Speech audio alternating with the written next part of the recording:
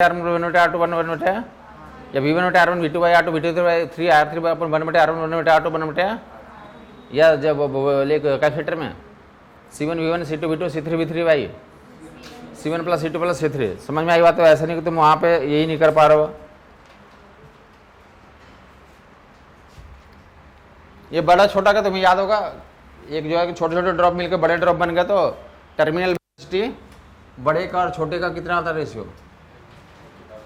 n का power 2 by, याद है ना? टर्मिनल वेलोसिटी का फार्मूला किसको याद है? बोलो बेटा। 2/9। ठीक है, ईटा नीचे में आता, जी कहाँ आता? ऊपर या नीचे? जी ऊपर आता, आर स्क्वायर आता ऊपर में। समझ में आई बात? तो टर्मिनल वेलोसिटी में तो एक स्मॉलर है और बिगर है, तो इन दोनों का रेशियो n का पावर 2/3। टर्मिनल वेलोसिटी ये वाला टेबल दिखा रखा है, सब लोगों को याद भी हो गया होगा। अभी बताया था कि छोटे छोटे ड्रॉप पे चार्ज स्मॉल की मर्ज होकर बड़ा ड्रॉप बना लिया, तो ये सारे इन्फॉर्मेशन आपको दिखा देगा। छोटे छोटे बड़े बड़े बन गए। डन? याद है भाई फंडे? छोटे छोटे ड्रॉप बड़े बन गया, तो उसके लिए तो ऐसा कितना चार्ज होगा बड़े पे, और कितना पोटेंशियल होगा बड़े का, कितना फील्ड होगा, कितना सरफेस डेंसिटी होगी, कितनी कैपेसिटेंस होगा, कितनी है, तो एनर्जी स्टोरेज होगी। तो पावर का वेरिएशन आपको दिखा देगा।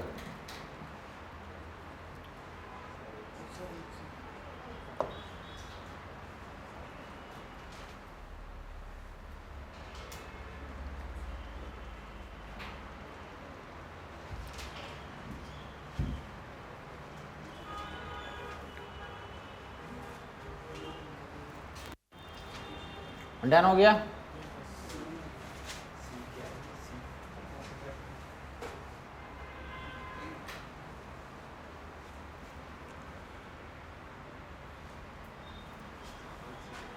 ये जो है ये एनर्जी रिलीज होगा कितना? n into 4πr² into S, n into 4πr², capital एक छोटे छोटे स्मॉल ड्रॉप मिलकर के बड़े ड्रॉप बन रहे थे। एनर्जी रिलीज का फार्मूला सरफेस टेंशन। यस, क्या सरफेस टेंशन है? फार्मूला भी सर डायरेक्ट सवाल हो सकते हैं। अब तुम्हें पता हो ऑलरेडी, इतना टेस्ट वेस्ट दे रखोगे तो सब कुछ तुम्हें आइडिया तो लग गया होगा।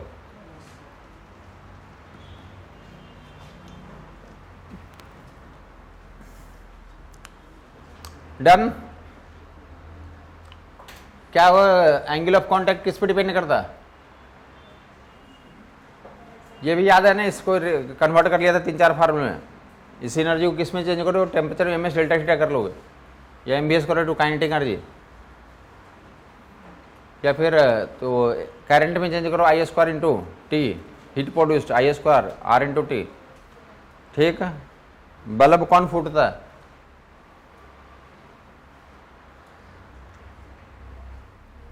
ये पूरा एक्सप्लेन करा हुआ है क्लास में, यहाँ फिर से तो किया हुआ है ये, वैसे कोई ज़रूरत है नहीं तुम्हें। आगे मूव कर रहे हैं। ये इस फार्मूले तो पक्का सवाल आएंगे। कोलिजन कोएफिशिएंट ऑफ रेस्टिट्यूशन क्या होता है? Velocity of separation by velocity of approach.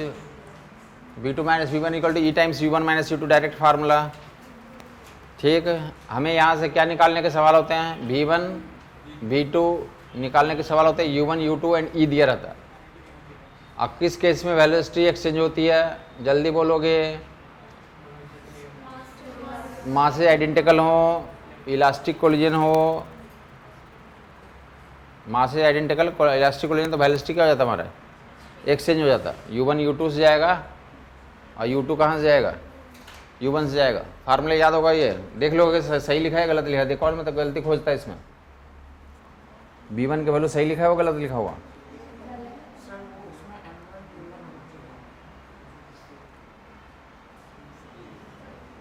कहाँ पे? कितने लोगों को लग रहा है गलती है इसमें?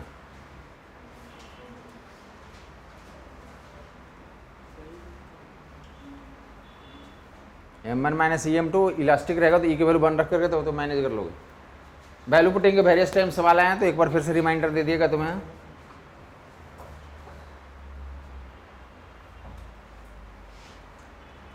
वैल्यू पुटिंग क्या आते हैं कि अगर क्या बोल देगा कि परफेक्टली इन इलास्टिक कोलिजन, तो पिछली बार परफेक्टली इन इलास्टिक पे आया हुआ है। पिछली बार क्या हुआ याद है तुम्हें?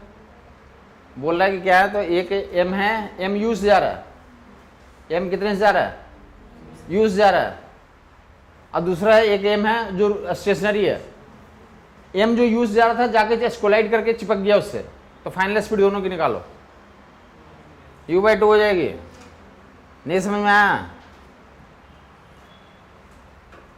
अरे u से जा रहा है तो पहले कितना, m1 u1 plus m2 u2 by m1 plus m2 तो कंबाइंड स्पीड है, तो पहले u से जा रहा था, दूसरा 0 पे है, तो m इंटू यू और नीचे 2m हो जाएगा, तो u/2 हो गया।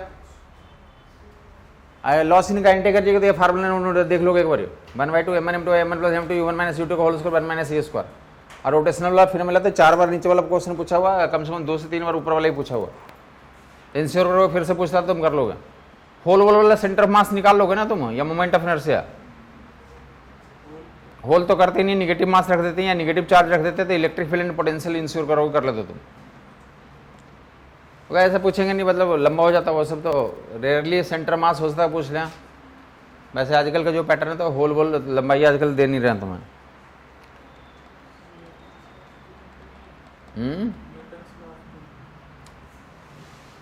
Newton's law of cooling syllabus में दिया नहीं है शायद इसमें। एनटीए पे मैंने कल सिलेबस देखा था, न्यूटन्स लॉ ऑफ कूलिंग देख लोगे, अगर दिया है तो कर लोगे तुम। डी वही है ना, कार्नोट इंजन भी लिखा हुआ, कार्नोट इंजन लिखा हुआ है।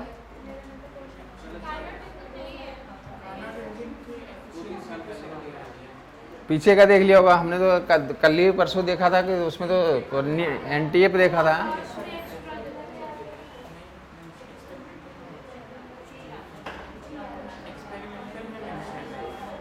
हाँ, एक्सपेरिमेंट में तो एक्सपेरिमेंट वाली चीजें आपको वो रहेंगी नहीं, वो एक्सपेरिमेंट में जितना आपको पता है ना उतना ही रहेंगे। आप सही बोल रहे हो कि एक्सपेरिमेंट में इधर उधर की बातें कुछ लिख दिया होगा। जल्दी से एक बार देख लेगा, छुट्टी होने वाली है तो देख लेगा एक बार। ये हर एक से क्वेश्चन आते ही हैं, पिछले साल भी आए हैं और हर साल ये जो है तो क्वेश्चन आते हैं, देख लो। एवरेज लेने की बात है, देखना ही है तुम्हें। ऑलमोस्ट हमने डिस्कशन कर रखा है, देख ले। इस स्लाइड को डिस्कशन करने के बाद आपकी छुट्टी कर दूंगा। सेंटर ऑफ मास की वेलोसिटी निकालना, m1 v1, मतलब ये स्लाइड से क्वेश्चन है, हर साल एक रहता ही रहता है। पिछले साल का भी देखोगे तो जाके तो क्या था कि पहले स्पीड v1 चल रहा है आधा टाइम v2 से, तो एवरेज स्पीड बताओ v1 प्लस v2/2, या आधा distance 2 v1 v2 plus v1 by v2। तो अभी ये स्लाइड में आएगा, ये क्या है, तो एवरेज का पूरा गेम किया हुआ देख लेंगे एक बार। ये क्या लिखा हुआ, सेंटर ऑफ मास कंजर्व रहेगा तो m1 x1 equal to m2 x2, दोनों हाथ मिलाने के लिए जाएंगे तो एक राइट जाएगा तो दूसरा कहाँ आना पड़ेगा, लेफ्ट में आना पड़ेगा। तो m1 x1 equal to m2 x2 का फंडा दे दिया। सेंटर ऑफ मास की वेलोसिटी कितनी होती है, m1 v1 plus m2 v2 by m1 plus m2।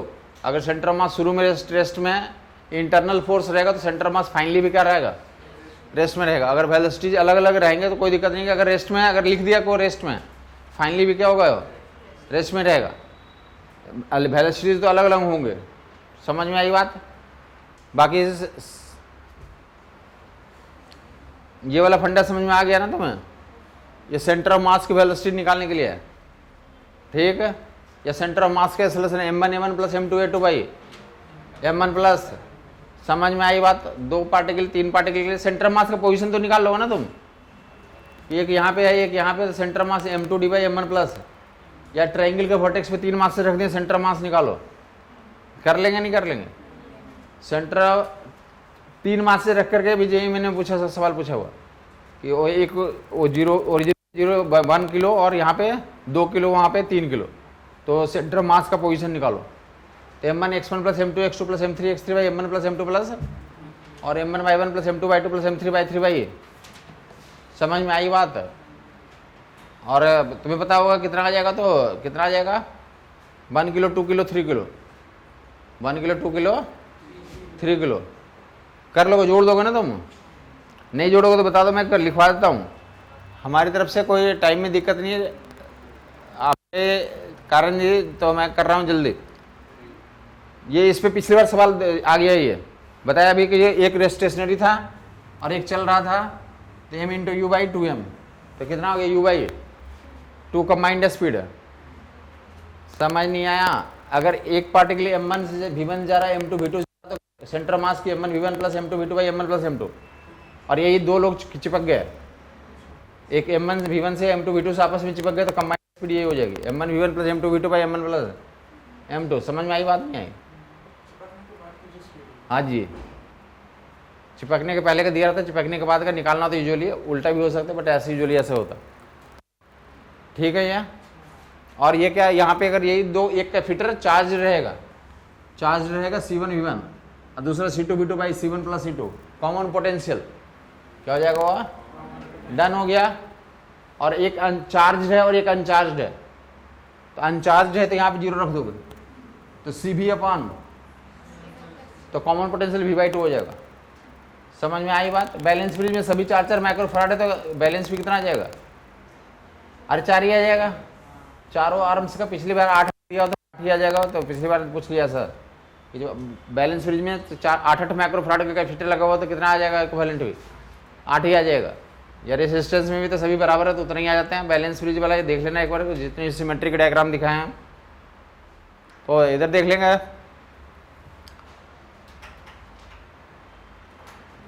Average speed जब टाइम दिया रहेगा तो v1 t1 plus v2 t2 plus v3 t3 by t1 plus t2 plus, और इक्वल टाइम है तो अर्थमेटिक मीन हो जाएगा v1 plus v2 plus v3 by 3 n हो जाएगा, और डिस्टेंस इक्वल रहेगा। देख लें ये स्लाइड के बाद आपके तो ओवर कर दूंगा, आराम से देख लें आप।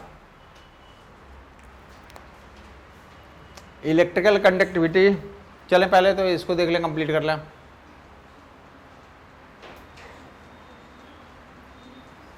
ये वही एवरेज स्पीड वाली है, कौन सी वाली है भाई, v average 1/v1 1/v2 1/v3, या दो लोगों के लिए 2v1 v2 by v1 plus v2। Careful रहेंगे, सवाल तो इस पे रहेंगे फिर से। एवरेज स्पीड पे मोस्ट ऑफ द टाइम या तो डिस्टेंस पूछें या डिस्प्लेसमेंट पूछें या एवरेज स्पीड पूछें, एवरेज वेलोसिटी पूछें, एक सवाल तो देंगे यहाँ से। सर्कुलर मोशन में पूछ लें या रेक्टिलिनियर मोशन में पूछ लें। समझ में आई बात? कुछ ग्राफ से पूछे या डायरेक्ट पूछे तो एक सवाल तो रहेगा ही रहेगा आपसे। आप सही करके आते हैं ये मैटर करेगा बस। सर्कुलर मोशन में डिस्टेंस एंड डिस्प्लेसमेंट का रेशियो निकालो, एवरेज स्पीड एवरेज वेलोसिटी का रेशियो निकालो। समझ में आई बात? नहीं आई तो क्वेश्चंस रहेंगे। किसी को कोई कन्फ्यूजन है, जो बातें नहीं समझ में आ रही तो बोल दिया करे कि यहाँ पे नहीं आ रही। तो ये क्या है, 2v1 v2 by v1 plus v2, ये दोनों कार्यक्रम दिखा दिया गया। ये जंक्शन वोल्टेज दिखा गया, कैपेसिटर रहेगा तो ऐसा आ जाएगा junction voltage, C1 v1 plus C2 v2 plus C3 v3 by C1 plus C2 plus C3, junction voltage, charge conservation. ठीक है, पहला किरचॉफ्स का पहला नियम चार्ज कंजर्वेशन, किरचॉफ्स का दूसरा नियम एनर्जी कंजर्वेशन। सेम काम कहाँ पे कर लेंगे, तो सेम काम वहाँ पे भी हो जाएगा। जब बहुत सारे जो है तो कैलोरीमीटर में डालते हैं, m1 s1 θ1 plus m2 s2 θ2 plus m3 s3 θ3 by m1 s1 plus m2 s2 plus m3 s3, theta mix करेगा सब कुछ ms बराबर है दोनों का, तो एवरेज टेम्परेचर के बराबर आ जाएगा। ये जंक्शन टेम्परेचर लिखा हुआ है, जंक्शन वोल्टेज। अगर थर्मल में पढ़ेंगे तो ये ऐसा हो जाता है। थर्मल रेसिस्टेंस का फार्मूला बता देगा, L/K क्या है, थर्मल कंडक्टिविटी। थर्मल कंडक्टिविटी किस पे डिपेंड करता है, किस पे डिपेंड करेगा, किसी पे डिपेंड नहीं करता, मटेरियल पे डिपेंड करता है। थर्मल कंडक्टिविटी मटेरियल की प्रॉपर्टी होती है। यंग्स मॉडुलस किसकी प्रॉपर्टी होती है, मटेरियल की प्रॉपर्टी होती है। वो यंग्स मॉडुलस वाला फ्ली इक्वेशन याद कर लेना। एक्सपेंशन कितना होता है, FL/AY। और याद होगा एक बताया था कि 4 न्यूटन का फोर्स लगता है तो लंबाई ए है, और 5 न्यूटन का लगता है लंबाई बी है, तो 9 न्यूटन का लगेगा तो कितना लंबाई होगा, याद है कुछ? अरे ये फार्मूला कुछ भूल गए तुम लोग। 4 न्यूटन का फोर्स लगाते हैं तो कितना, ऐसा क्लास में करवाया था आपको, न्यूटन में भी करवाया था, इलास्टिसिटी में भी करवाया था। जब 4 न्यूटन का फोर्स लगाते हैं तो लंबाई कितनी है ए, और जब 5 न्यूटन का लगाते हैं तो लंबाई बी है। ये याद नहीं कि F1 फोर्स लगाया तो लंबाई L1 है और F2 फोर्स लगाया तो लंबाई L2 है। तो ओरिजिनल लेंथ निकालो और स्प्रिंग फैक्टर निकालो, और क्या निकालो, जब F1 प्लस F2 फोर्स लगाएंगे तब लंबाई निकालो। ये याद नहीं फंडा। अरे F1 L1 plus F2 L2 by F1 L1 minus F2 L2 by L1 minus L2 ऐसा करके आया था, किसी को याद नहीं है? याद है? एक भी हाथ उठाओ ना, किसी को याद है नहीं है? यस यस,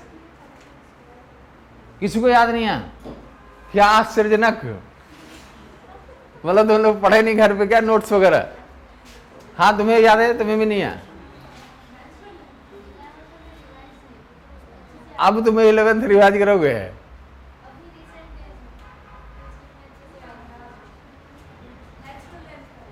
हाँ नेचुरल लेंथ वाला F1 L1 minus F2 L2 by, और इसमें एक बार एग्जाम्पल दिया, एक बार 4 न्यूटन का फोर्स लगाया, एक बार 5 न्यूटन का लगाया, और नेचुरल लेंथ निकालो। इस पर जेईई मेन में पूछा हुआ सवाल, इस पर पूछा है मतलब, तो इसलिए मैं रिमाइंडर दे रहा था कि वो रिवाइज कर लेना। और इलास्टिसिटी में करवा रखा है ये इलास्टिसिटी FL बटे A Y, FL x equal to FL by stress equal to Y into strain, stress equal to मतलब x इक्वल टू FL बटे ए वाई जो फार्मूला है उससे हर एक साल सवाल आते ही आते हैं, ठीक है।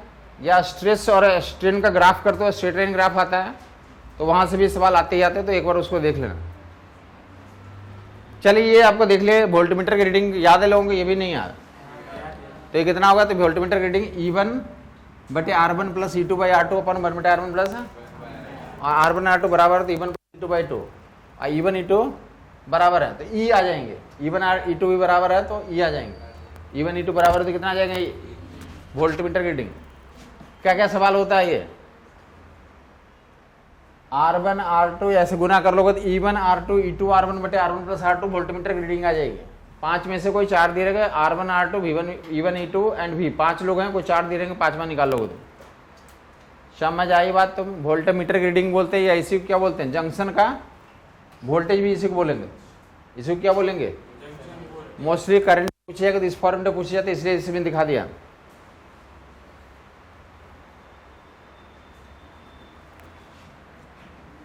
अभी भी टाइम है, जो तो सब कुछ याद होगा, केयरफुली नोटिस कर लेना, वैसा कुछ आना नहीं है, मतलब बता दिया तुम्हें कि प्रिंसिपल बस इतना ही है। हमारे समय में बहुत सारे बड़े बड़े क्वेश्चन आते थे, काफ़ी बच्चे जो है ना पूरे साल नहीं पढ़ते थे, एग्जामिनेशन के 10 दिन पहले वो पढ़ के निकाल लेते थे। IIT के एग्जाम जो पहले जो इतने टफ होते थे, समझ आई बात नहीं? तो मैं अभी अब आपको ऑलमोस्ट 8 से 9 दिन तो होगा ही, 8 से 8 दिन तो होगा, तो उतना पढ़ के भी तो मैं अच्छे टॉप रैंक में ला सकते हो। जरूरत है कि हम पढ़ जाए पूरा, इतने दिन में अपने आप कंप्लीट डेडिकेट कर देंगे, हमें याद करनी है, हम बैठेंगे नहीं जब तक हमें याद ना हो जाए। पूरा फिजिक्स का नोट्स जब तक याद नहीं होगा तब तक मैं खड़े होकर रिवाइज ही कर जाऊंगा। समझ आई बात? तो अभी भी तुम्हारे लिए तो मोर देन सफिशिएंट है, जितना टाइम बचा 9 दिन बचा हुआ, 8 दिन बचा हो, तो 8 तो मैं 720 ले आओगे। लेकिन ये जिद होगा कि नहीं तब तक मैं खड़े ही रहूंगा, तब तक जब तक कि क्या ना हो जाए, पूरा नोट्स के एक एक पॉइंट हमें याद ना हो जाए। अब बोलोगे नहीं थोड़ा हम बैठेंगे भी, खाएंगे पिएंगे भी, तब फिर दिक्कत है। ऐसे लोगों के लिए 1 साल की जरूरत पड़ती है, फिर खाए पिएंगे बैठेंगे तो सोएंगे तब के लिए। चलें फिलहाल देख लें, अगर आपको लगता है कि नहीं मैं जिद है हम इसी साल तो टॉप रैंक में लाऊंगा ही, अभी भी मैं कर लाऊंगा ही, तो आप ला सकते हैं, इसमें कोई आश्चर्यजनक नहीं। पास्ट में हमने काफ़ी लोगों को ऐसा देखा कि ऐसा कर लेते थे, अभी भी कर सकते हो, बशर्ते कि उन लोगों को भूख प्यास से कम लगती थी कि नहीं पढ़ना है तो पढ़ना ही है। तो क्या हो गया हमारा मिक्सचर के लिए कितना ले N1 plus N2 CB mixture निकाल लोगे ना, ये पहले भी डिस्कशन कर रखा है। एवरेज लेने की मैं ये फंडा क्या हमारा, और रूटीन फंडा एवरेज निकाल रहे हैं। हर एक जगहों पे ये दिख रहा है, या तो अर्थमेटिक एवरेज आ रहा है या फिर क्या आ रहा है हमारा हार्मोनिक एवरेज आ रहा है, बस इतना ही आ रहा है।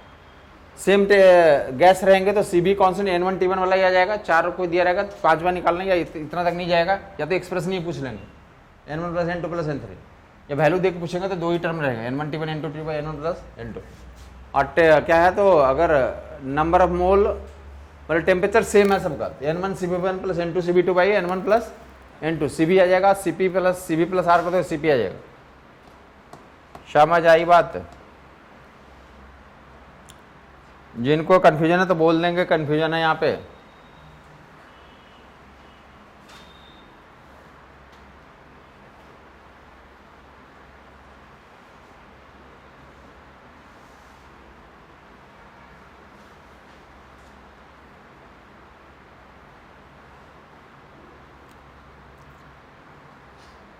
वॉल्यूम एक्सपेंशन कोएफिशिएंट की वैल्यू कितनी होती है, कौन बताएगा?